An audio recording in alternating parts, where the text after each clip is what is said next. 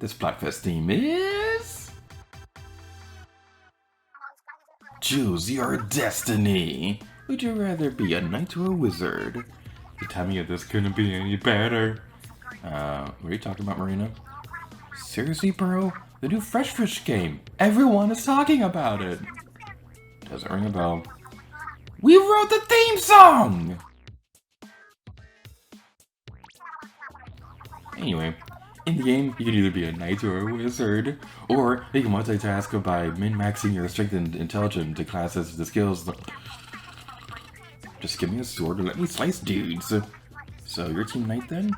Well, yeah, knights are way cooler than some nerds doing magic tricks. Wizards are scholars, and they don't do magic tricks. They are masters of the arcane arts, able to bend the elements to their will.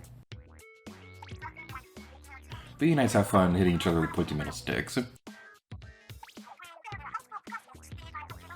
Oh, we will. Have fun wearing your battle pajamas on the back lines. What about you at home? Are you like knights or wizards? Head over to the Splatfest terminal and pick a side.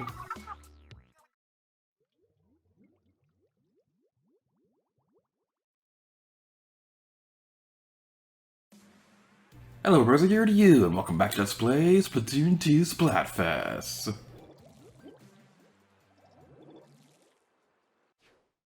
So, let's run down the list of why Marina is super awesome. 1, she's adorable. 2, she's hot. And 3, she likes video games. She's perfect. So, the game she was talking about, Fresh Fish, actually has some pretty interesting lore with the Splatoon series, but first let's talk about the Splatfest itself. This is a knight versus wizard, taking place in March of 2018, and the specific dates, as soon as I'm able to pull up my notes, were March 16, 2019 through March 17, 2019, and this was a worldwide Splatfest as well. I don't think these are the exact colors that they had during this Splatfest. This was like I think both teams were on the same side and things like that. But it's still a fun stage because Starfish main stage is awesome, and I'm kind of surprised we haven't shown it off yet. So just a bit of a heads up going forward, we're likely going to be showcasing up to 3 matches at a time rather than 2, so the next couple of episodes may be a little bit longer than most of these Splatfest episodes. The reason for that is because when I was looking over what stages we hadn't shown yet, there's quite a few of them. So, if we do 2 of them at a time going forward, we should be able to see all of them before the end of the Let's Play. And if there's any leftovers or anything like that, then we'll just add them on to the grand finale. That's just that video's already not long enough.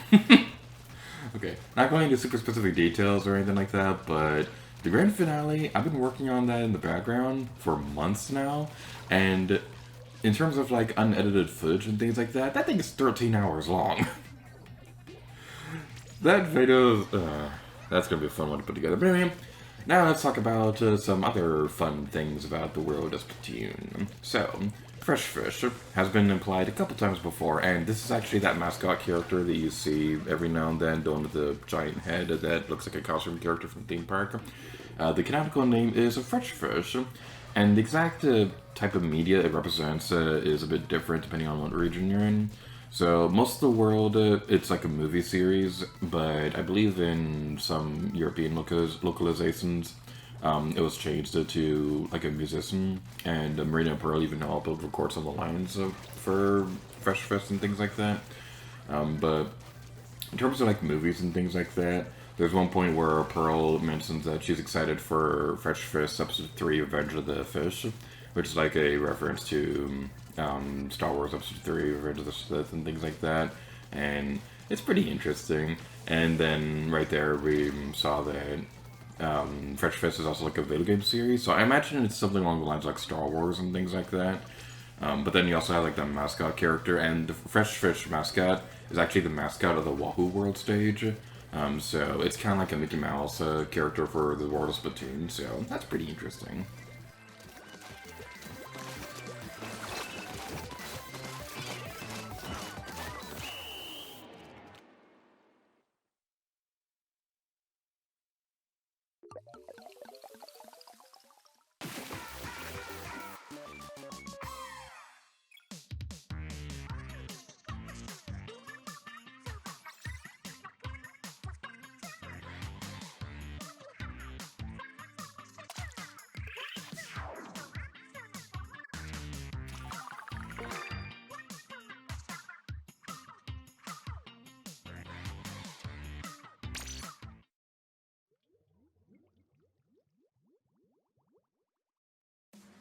And next up we have the Reef. Another one I'm really surprised we haven't seen yet.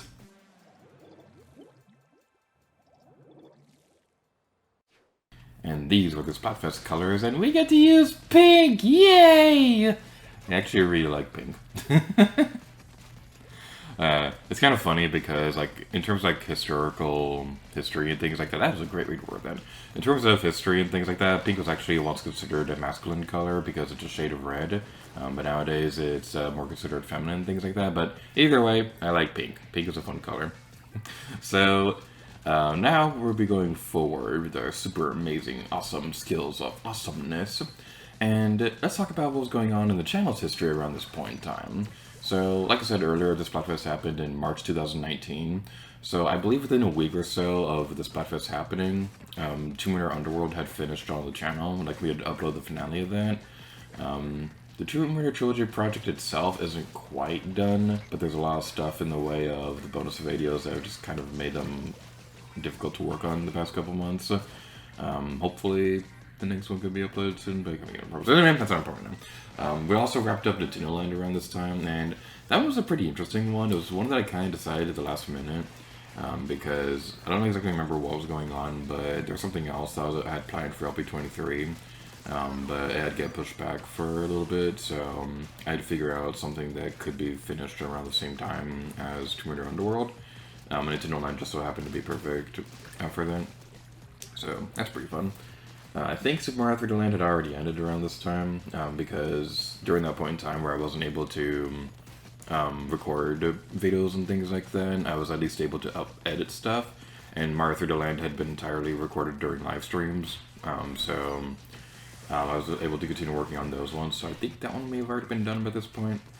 And towards the end of the month, we're going to be starting up Limbo and Portal, which I already went over the story about how those ones started, but for those of you who don't know, Limbo and Portal, those were kind of like super last minute decisions because I decided to wait on Splatoon 2 for about a couple more weeks, because I was still in the process of moving into a new apartment around the time, and the internet hadn't been set up yet.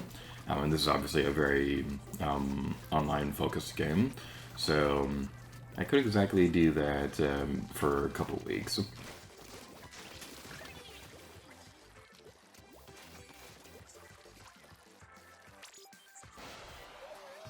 Sorry for being quiet because I was listening to the music. That's one thing that's a little distracting about doing Splatoon impulse commentary is I just get distracted by the music because it's always so catchy. Oh, man. Like, I would probably get way more distracted if I was actually able to hear the game audio while recording these videos. I probably would have some setup a little later down the road that can let me actually listen to my TV while recording these games. I could do that if I'm recording off a Wii U, because I could just have headphones in the gamepad, but that's not really an option for recording on Switch, because the weird thing is, if you have a pair of headphones plugged into your Switch while it's on the dock, it won't output audio to the TV. So, that's a little bit on the unfortunate side.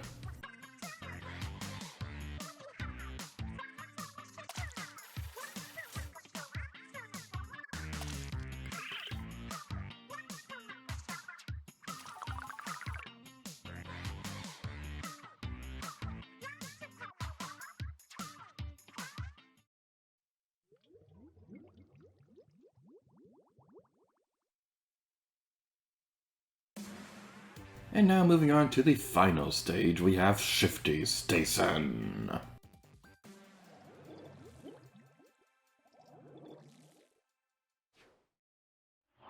And the ink is spreading. That's the name of this Shifty Station layout. So, I really like this one. So the idea behind this one is that there are going to be spreaders across the stage that will kind of like swipe the ink back and forth and spread out and things like that.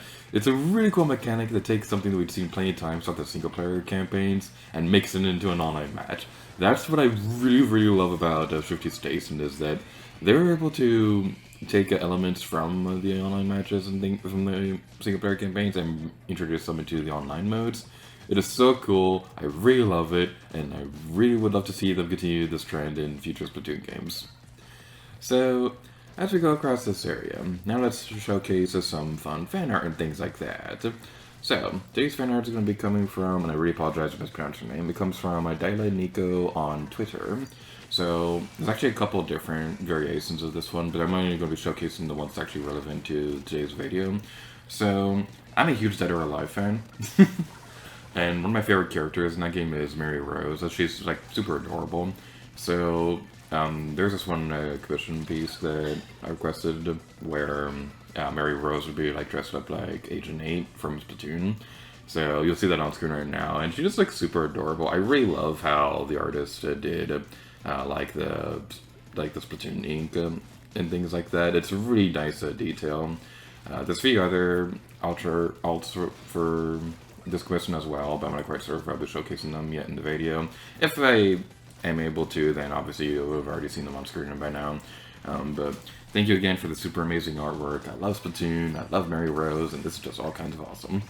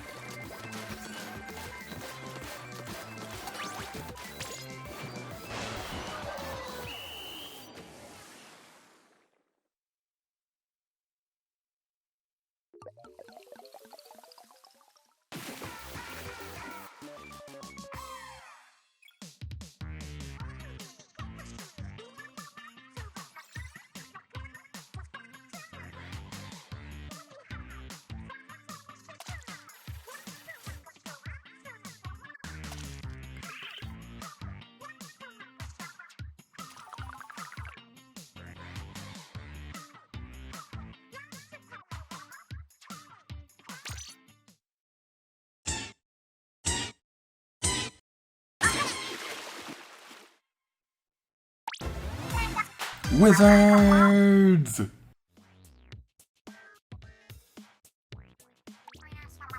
Haha! I guess Chivalry truly is dead.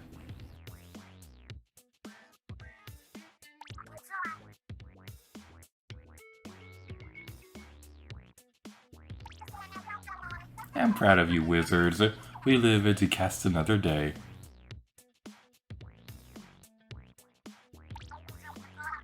If you participated in this Splatfest, your prizes are waiting in the square.